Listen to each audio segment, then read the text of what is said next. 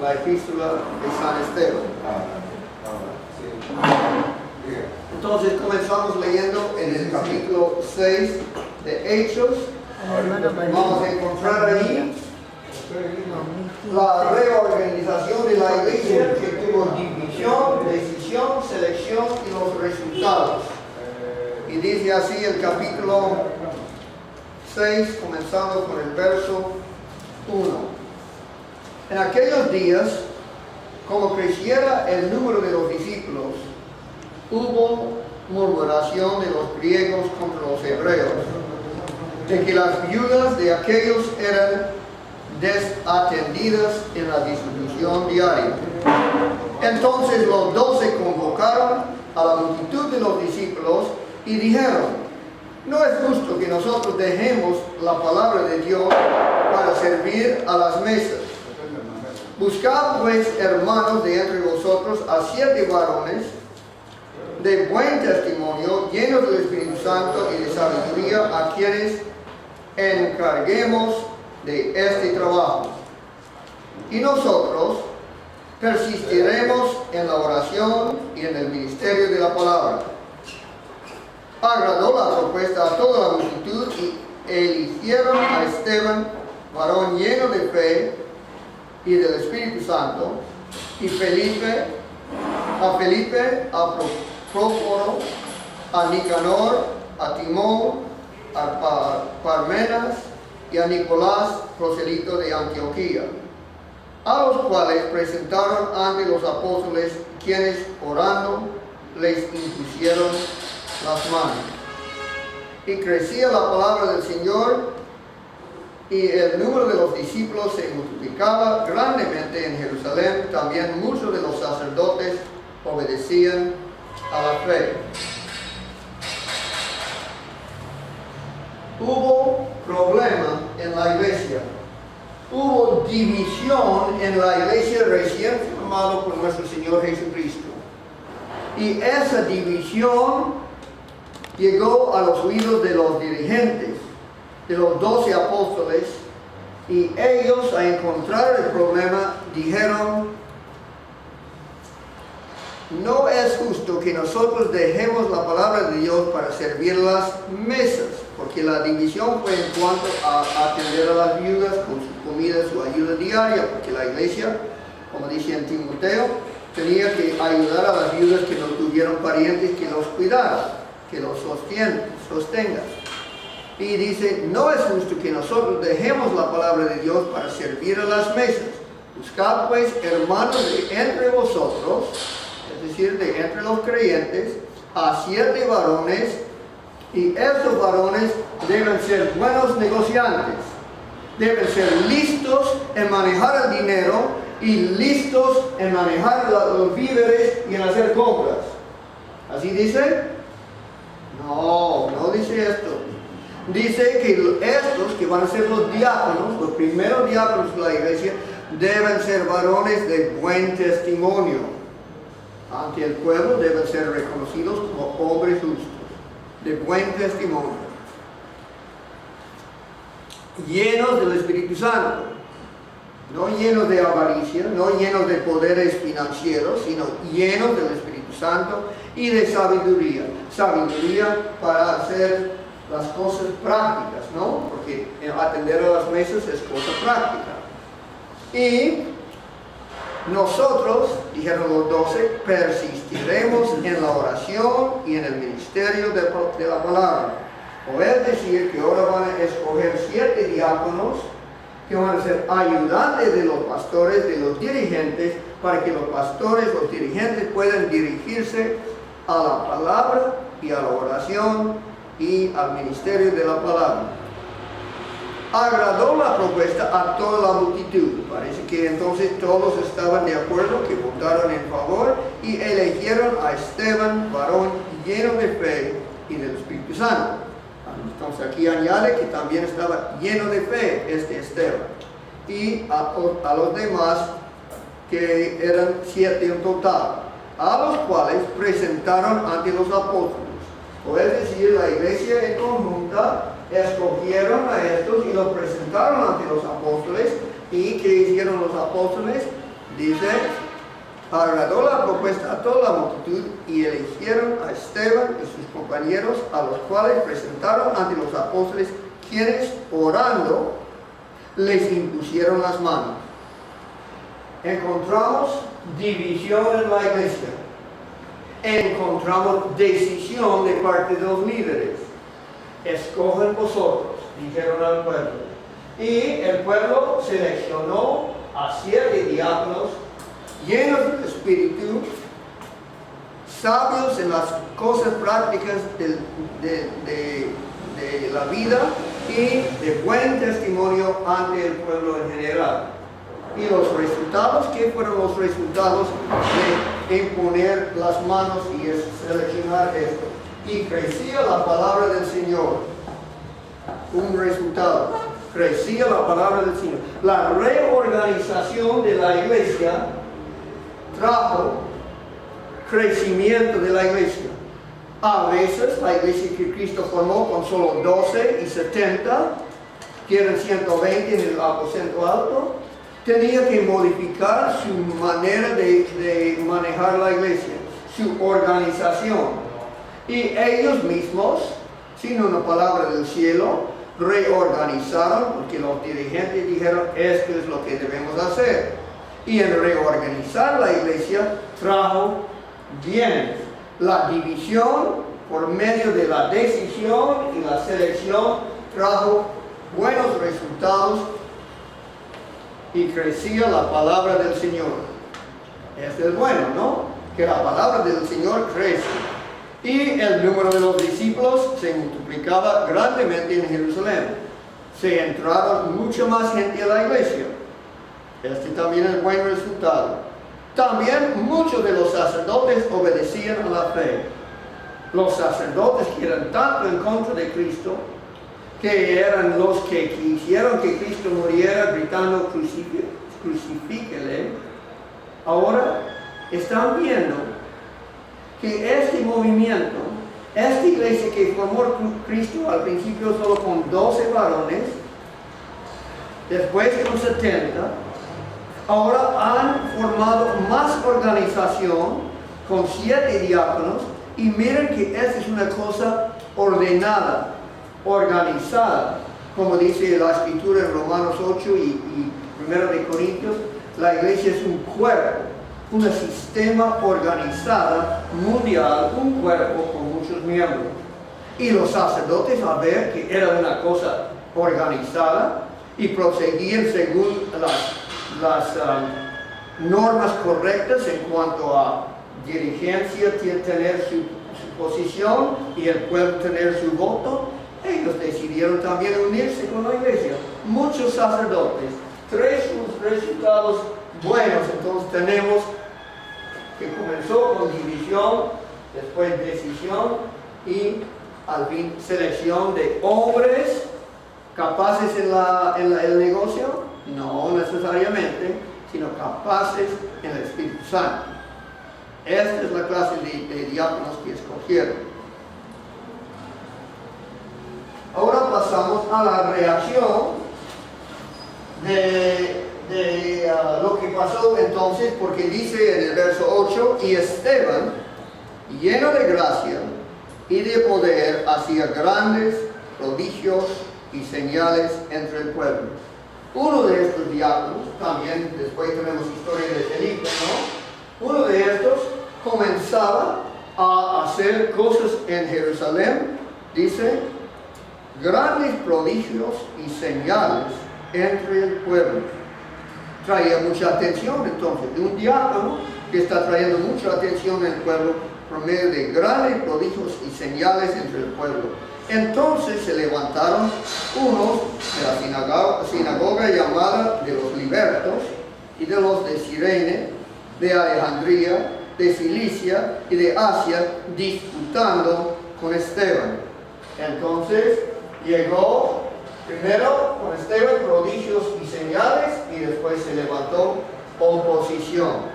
Y la oposición comenzó como disputa, como argumentos, como tratar de contradecir su doctrina.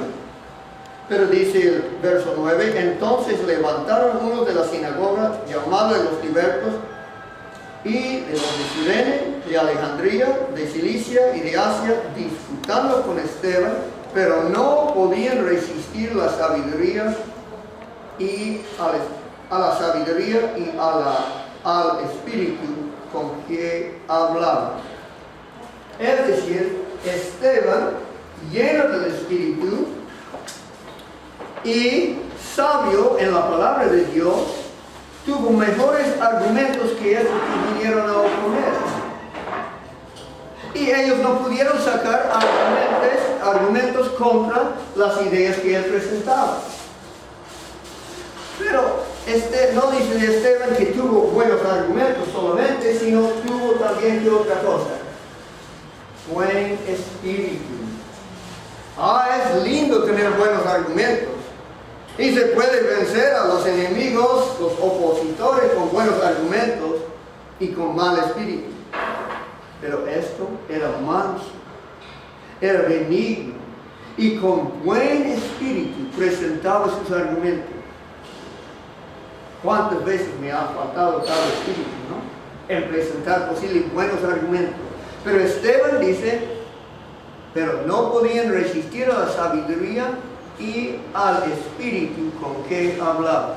Entonces fueron discusiones en este templo de los libertos. ¿Y quiénes llegaron allí? Unos de Cirene, unos de Alejandría y de Cilicia y de Asia. ¿Quién sabemos que es de Cilicia? ¿Quién nació en Cilicia?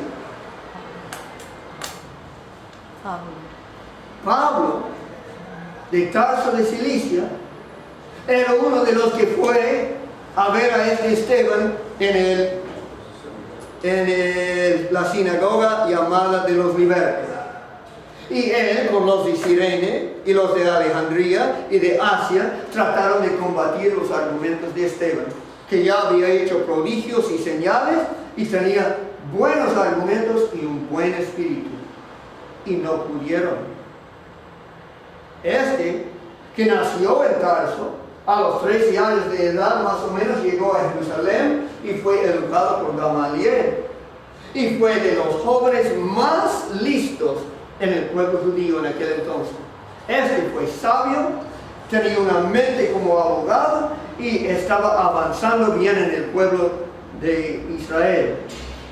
Y él, junto con los demás, fueron a dar argumentos contra Esteban y no pudieron. Y cuando los argumentos fallan, ¿qué cosa hace el enemigo? Si no tiene argumentos, pasa a qué. Vamos a leer. Y los que creían en el Señor, verso 11. Entonces sobornaron a unos para que dijesen que le habían oído hablar palabras blasfemas contra Moisés y contra Dios. Y soliviantaron al pueblo, a los ancianos y a los escribas, y arremetiendo le arrebataron y le trajeron al concilio. Si el enemigo no tiene argumentos en contra de nuestra verdad, entonces va a buscar falsos testigos y nos va a llevar a los concilios. Y Cristo mismo lo prodijo. Y entonces aquí encontramos a Esteban ya llevado al concilio. Y pusieron testigos falsos que decían, este hombre no cesa de hablar palabras blasfemas contra este lugar santo y contra la ley. Pues le hemos oído decir que ese Jesús de Nazaret destruirá este lugar y cambiará las costumbres que nos dio Moisés. Entonces todos los que estaban sentados en el concilio, a fijar los ojos en él, vieron su rostro como el rostro de un ángel. Después de no poder convencer a Esteban con argumentos, sobornaron falsos testigos. Y de ahí levantaron todo el pueblo como una multitud para decir que tenía que ser llevado al tribunal. Este tribunal va a caer en fecha exacta de las profecías de Daniel. Porque en Daniel dice que 70 semanas están determinados sobre su pueblo, y el pueblo de Israel tuvo sus 69 semanas hasta el bautismo de Cristo, o el ungir del Mesías, ¿no? En el año 27, en la primavera. Después de esto, 3 años y medio, era a media semana, dice Daniel 9 en los últimos versos, a media semana, Cristo iba a dar su vida por el pueblo, es la cruz. Entonces, la cruz de Cristo encontramos en el año 31. El bautismo fue al otoño. Otoño tiene que ser, porque 3 y medio años llega la primavera. Es primavera cuando celebramos Pascua, ¿no? Primavera es la cruz en el año 31 DC, el año 27 DC, otoño, cuando Cristo llegó a tener más o menos 30 años de edad, fue bautizado. 69 semanas llegó hasta aquí, 69 y media semanas llegó hasta la cruz, y los 70 semanas determinados sobre el pueblo llegó hasta el concilio de Esteban, el año 34 en el otoño.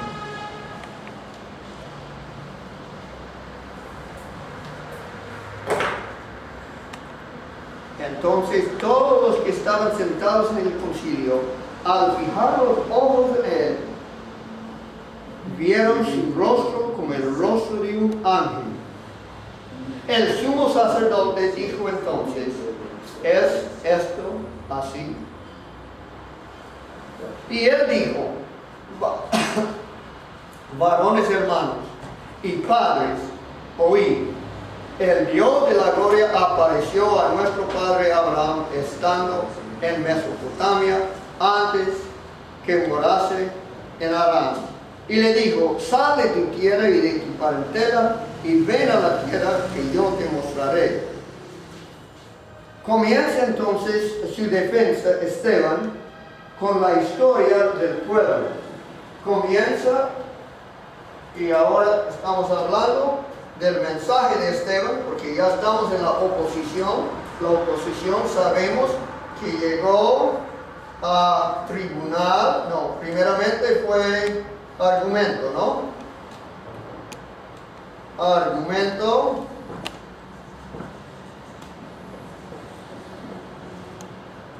Después fue testigos falsos. Después fue tribunal. Y después fue muerte. Porque lo que el enemigo no cumpla con sus argumentos, usa la mentira. Primeramente argumento, después la mentira, el tribunal y al final la fuerza. Mentira y fuerza, dice Cristo en Juan 8:44.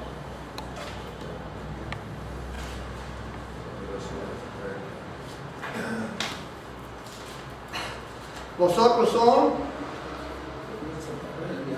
sois de vuestro padre el diablo, y los deseos de vuestro padre queréis hacer. Él ha sido homicida, es fatal, desde el principio, y no ha permanecido en la verdad, es la mentira, porque no hay verdad en él. Cuando habla mentira, de lo suyo habla, porque es mentiroso y padre de la mentira. mentiroso y homicida es el enemigo, y si no puede por medio de los argumentos tumbar a la verdad, usa falsos testimonios en mentira, tribunal que termina en usar la homicida, la muerte.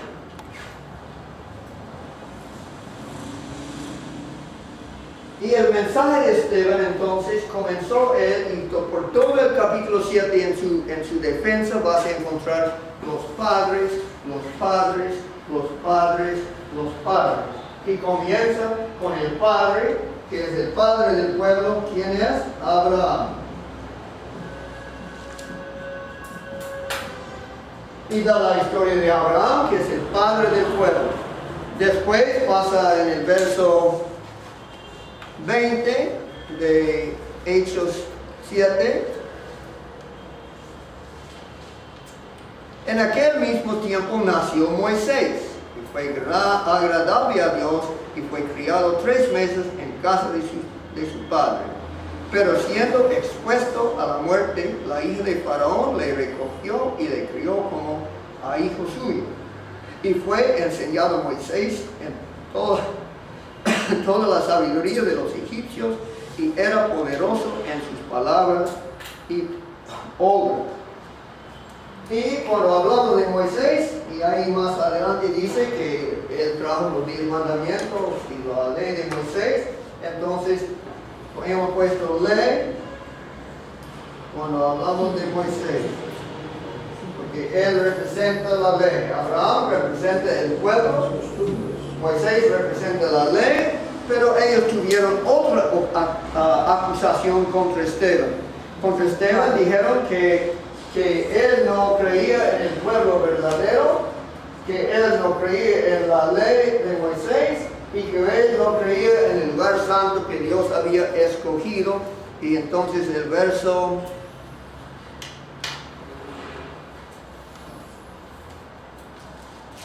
del capítulo 7 de Hechos, en el verso donde habla de David, 44, vamos a leer. Tuvieron nuestros padres el tabernáculo del testimonio. Está hablando todavía de Moisés, y ahora estamos hablando del lugar. El tabernáculo del testimonio es el lugar santo que ellos acusaron a Esteban diciendo en el 6:11 dice: palabras blasfemas contra Moisés, es la ley de Moisés, y contra Dios, es el pueblo de Dios.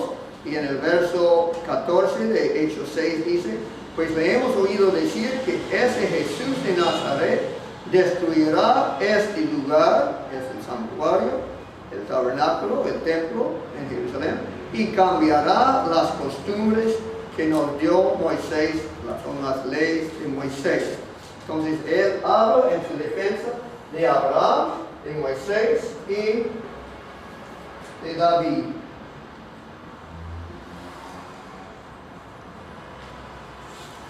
Y en cuanto a David, el verso 45 dice así: el cual recibió a su vez por nuestros padres, lo introdujeron con Josué.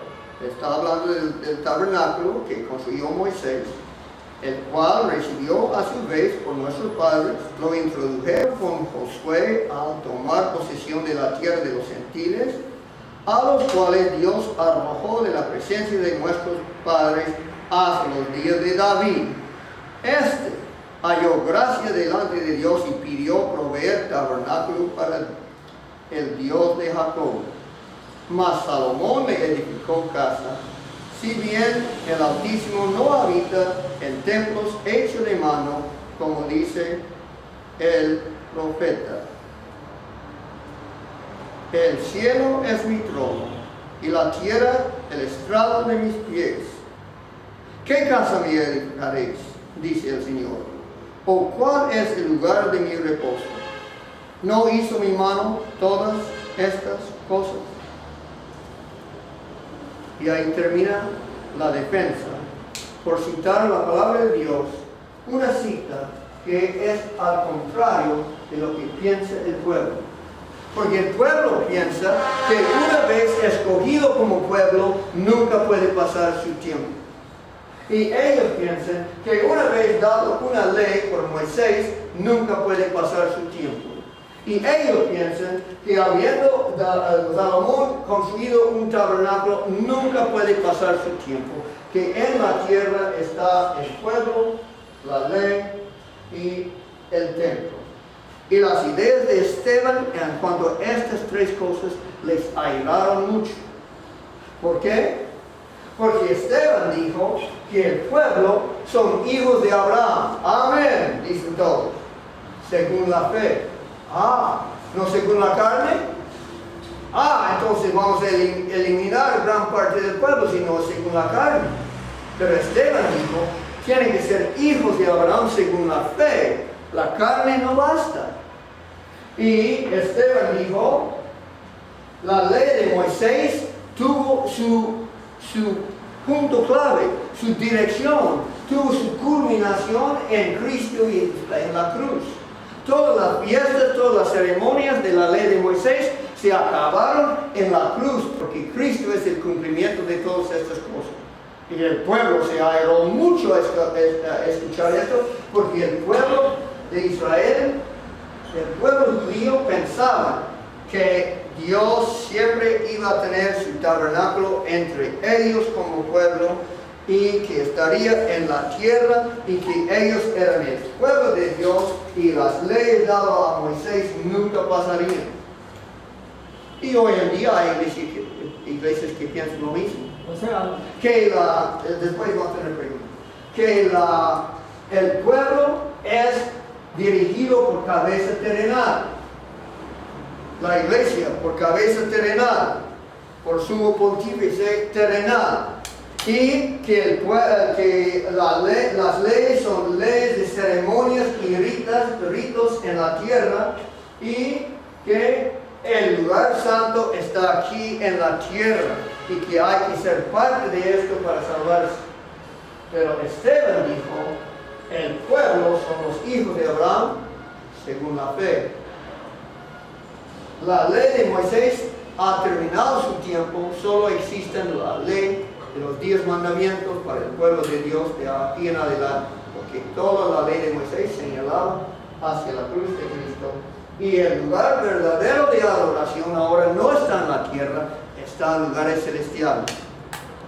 O es decir, que sus acusaciones que hicieron, dicen, pues le hemos oído decir que ese Jesús de Nazaret destruirá este lugar y cambiará las costumbres que nos dio Moisés. Y así fue su acusación. Y en parte tuvo razón, no en usar la palabra destruir, pero en cambiar de lugares terrenales a lugares celestiales. Entonces, cuando él dijo, citando de Isaías, el cielo es mi trono y la tierra el estrado de mis pies. ¿Qué casa me edificaréis? Dice el Señor. ¿O cuál es el lugar de mi reposo? ¿No hizo mi mano todas estas cosas? Se levantó el pueblo.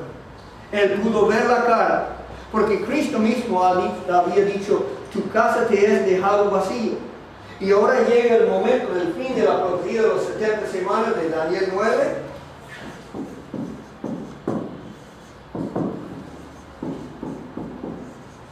Daniel 9, 24 al 27, ha llegado el fin de las 70 semanas. Cristo lo había dicho en la entrada a Jerusalén, en el domingo antes de su muerte, que es dejado vacíos tu casa. El pueblo ya no es el pueblo de Israel, pero Dios les dio 3,5 años más de gracia, de probación para aceptar a Él.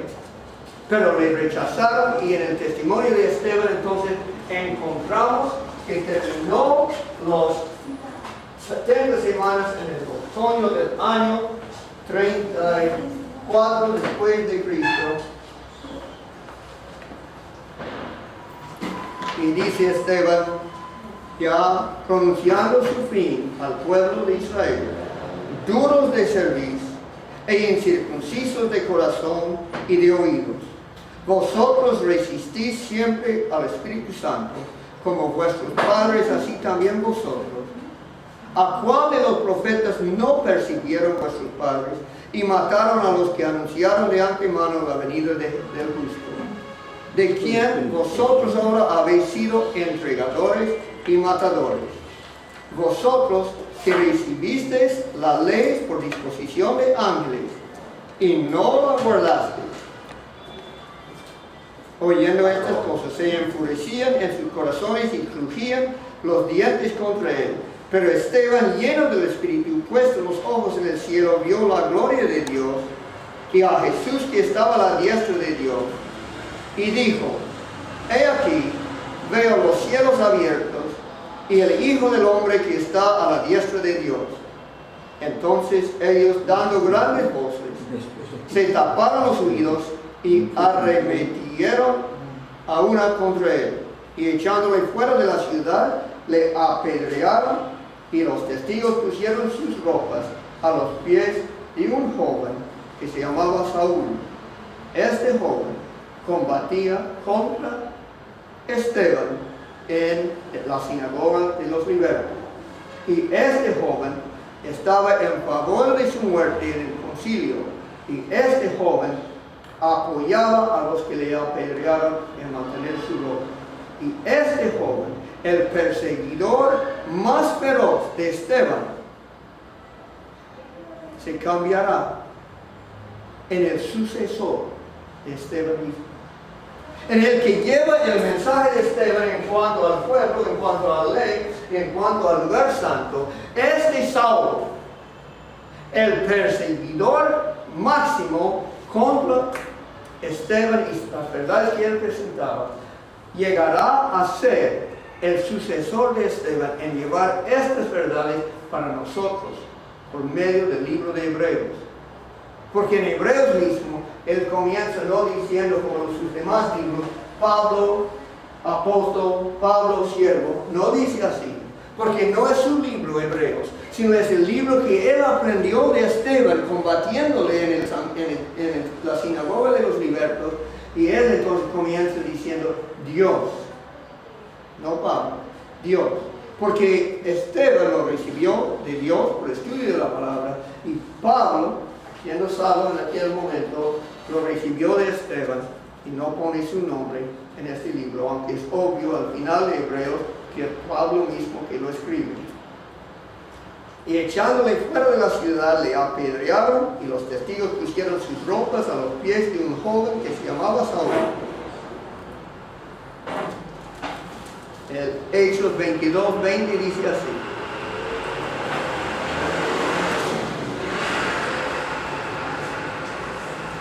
Y cuando se derramaba la sangre de Esteban, su testigo, yo mismo también estaba presente y consentía en su muerte y guardaba las ropas de los que le mataban. Dice Pablo mismo en su defensa ante el concilio cuando fue cogido en Jerusalén. Y apedrearon a Esteban mientras él invocaba y decía: Señor Jesús, recibe mi espíritu. Y puesto de rodillas clamó a gran voz: Señor, no les tomes en cuenta este pecado. Y habiendo dicho esto, durmió. Y el 8:1 dice: Y Saulo consentía a su muerte.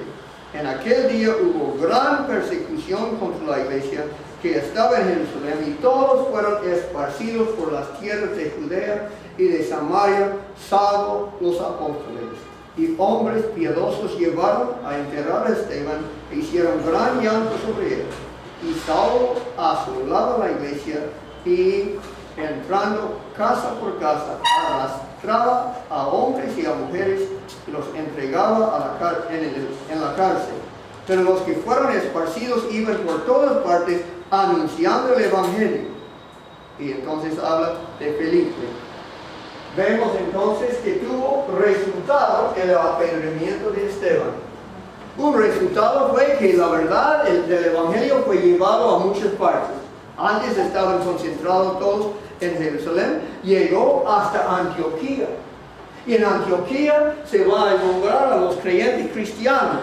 Y de Antioquía van a mandar misioneros a Pablo mismo, enviado para predicar estas verdades en todo en toda nación conocida en aquel entonces.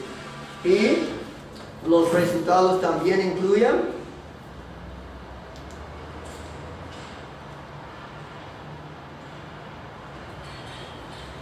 número 1, extendía la predicación de la palabra del Señor.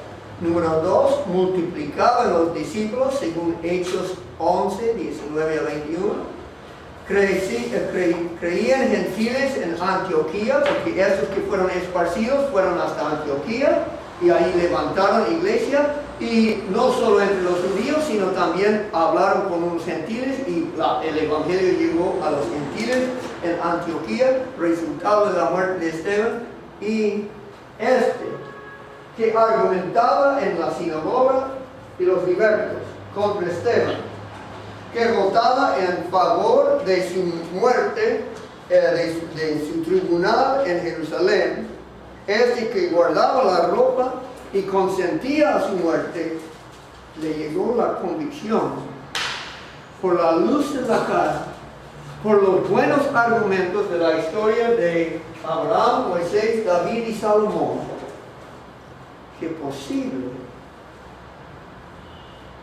estoy equivocado y él a quien persigo tiene la verdad. Y con esa convicción que le movía por la muerte, por el apedrear de Esteban, esa convicción le hizo pensar, agonizar y después ir con los padres, con los jefes de la iglesia, con el sumo sacerdote. Hermanos, me perturba algo, veo en el testimonio de Esteban que no, hermanito, nada de esto. Esteban es hereje. No debes pensar nada en estas cosas. Nosotros somos el pueblo de Dios. Nosotros tenemos el templo de Dios. Nosotros tenemos las leyes de Moisés y sabemos que está equivocado. No puede tener nada razón. Cálmase, Saulito, y tú puedes hacer mejor. Te vamos a dar un puesto en el Sanedrín, ¿no? Y tú puedes ayudarnos porque necesitamos mandar hasta Damasco y otras partes representantes que puedan terminar esta herejía que ha levantado en el pueblo. Y así fue calmado por un tiempo. Pero vino el día, cuando acercaba a Damasco, que una luz le tiró al suelo, y ahí vio que Cristo le hablaba. ¿Por qué me persigue? Y entonces fue convertido y dijo: Señor, ¿qué quieres que haga? Como un siervo de Dios, él hablaba, porque los siervos hablan así, ¿no? ¿Qué quieres que haga? La dama de la casa no dice a la sierva: ¿qué quieres que haga? No, la sierva dice a la dama: ¿qué quieres que haga?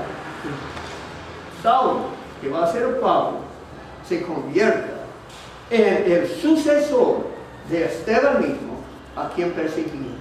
Como conclusión, debemos pensar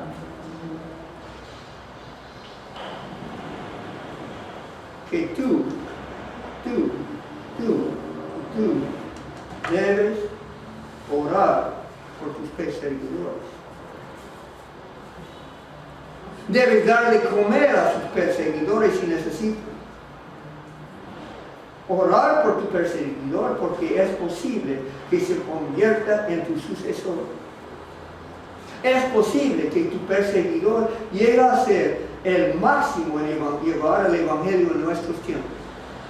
Entonces, oramos por nuestros perseguidores y les damos de comer, les damos de tomar, les damos respeto y honra a los que nos persiguen, porque por nuestro testimonio y por nuestro buen espíritu y nuestros lindos argumentos, puede ser que nuestros perseguidores se conviertan en nuestros sucesores, en los que llevan el mensaje a todo el mundo.